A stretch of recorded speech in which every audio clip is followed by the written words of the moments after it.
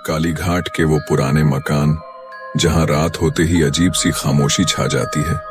लोग कहते हैं वहां जो भी जाता है वापस सही नहीं लौटता। ये कहानी है उस रात की जब मैं और मेरी दोस्त रीमा उस हवेली में गए और जो देखा वो आपको रूह कांपाने वाला है। आदित्य और रीमा सड़क पर चलते हुए। आदित्य गंभीर। रीमा, ये जगह सच में किसी भयानक कहानी की तरह लगती है।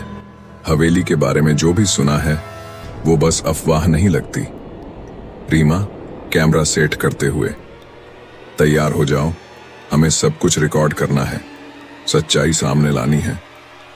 गहरी सांस। दूर कहीं कुत्ते भौंकते हैं। हवा तेज होती है।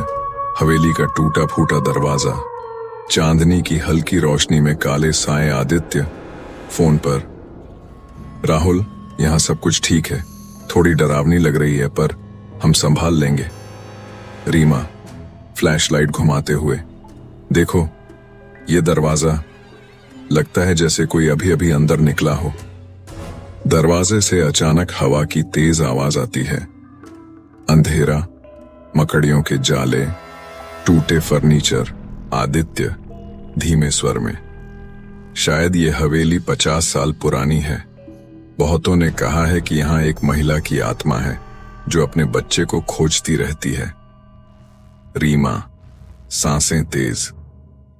मैंने कुछ सुना, किसी ने फुसफुसाया जैसे कोई मां कह रहा हो। अचानक दरवाजा जोर से बंद हो जाता है। दोनों घबराकर फ्लैशलाइट तेज करते हैं। रीमा खिड़की की तरफ देखती है। बाहर एक काली परछाई नजर आती है।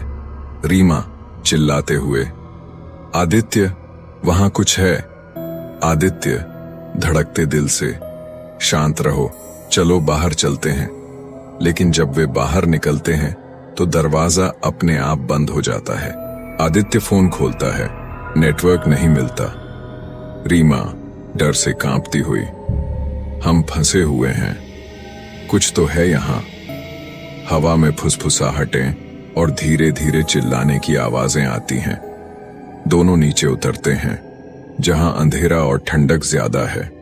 आदित्य टॉर्च की रोशनी में, यहां कोई छिपा है, कुछ तो है जो हमसे छुपा रखा है। अचानक किसी ने उनकी तरफ हाथ बढ़ाया, लेकिन जब फ्लैशलाइट की रोशनी पड़ती है तो कोई नहीं दिखता।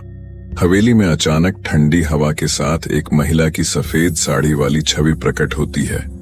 महिला आत्मा धीमी दुखी आवाज में, मेरा बच्चा वापस ला दो, मेरी पीड़ा खत्म करो।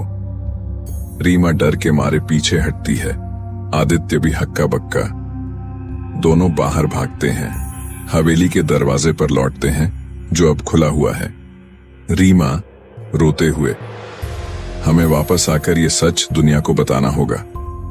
आदित्य गंभीर, हाँ, पर ये याद रखना, कुछ सच हम कभी पूरी तरह नहीं समझ पाएंगे। कालीघाट की वो रात एक ऐसी रात थी जो हमें हमेशा याद रहेगी। सच में कुछ डरावनी बातें होती हैं जिन्हें देखना इंसान के बस की बात नहीं। आप कभी कालीघाट मत जाओ जब तक आप सच में तैयार ना हो।